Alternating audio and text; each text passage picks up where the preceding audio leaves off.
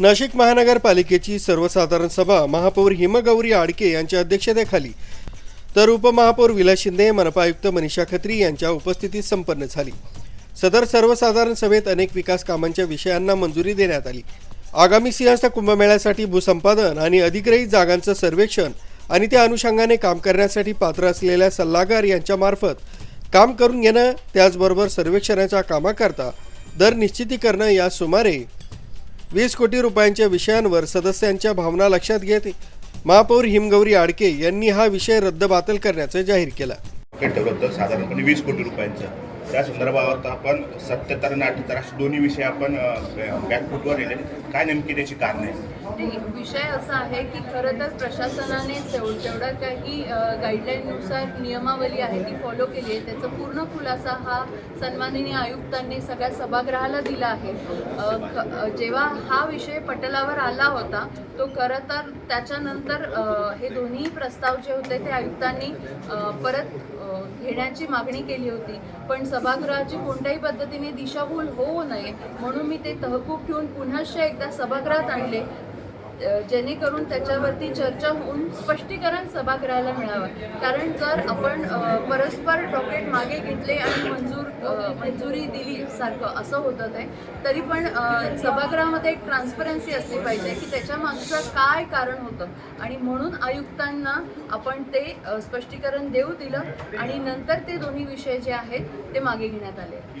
विशेष म्हणजे याच महासभेत 2026 आणि 27च्या अंदाजपत्रकात खेडे विकास निधी अंतर्गत विशिष्ट प्रभागांमध्ये निधीची तरतूद करून 24 खेड्यांचा विकास करावा अशी सदस्यांनी मागणी केली।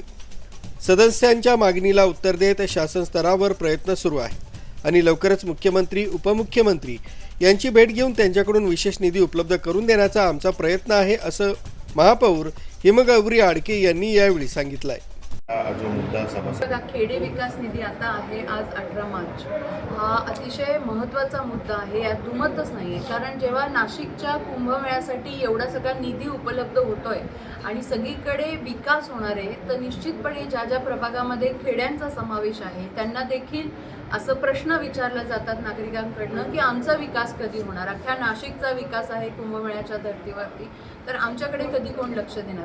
तर ह्या विषयामध्ये नक्कीच आम्ही प्राधान्य हे खेडे असणाऱ्या प्रभागांना देणार आहोत। आजचं जे रुलिंग झालेलं आहे, सदस्यांचं जे ऐकलं आहे त्यानंतर ते असं आहे की ज्या ज्या प्रभागांमध्ये खेडे आहे आणि खेडे विकास निधी हे शीर्षक खरं तर बजेटमधनं काही वर्षांपूर्वी वगळण्यात आलेलं आहे, पण ते पुनश्च द्यावं आणि खेडे विकास निधी पुनश्च स्थापित करावं आणि त्याच्याकडे लक्ष द्यावं अशी सगळ्यांची मागणी आहे। तर मी आत्ता सगळ्या सभागृहाला सांगितलं की ज्या ज्या प्रभागांमध्ये खेडे आहेत त्यांना प्राधान्यक्रमाने बजेटमध्ये जास्त तरतूद देण्यात येईल।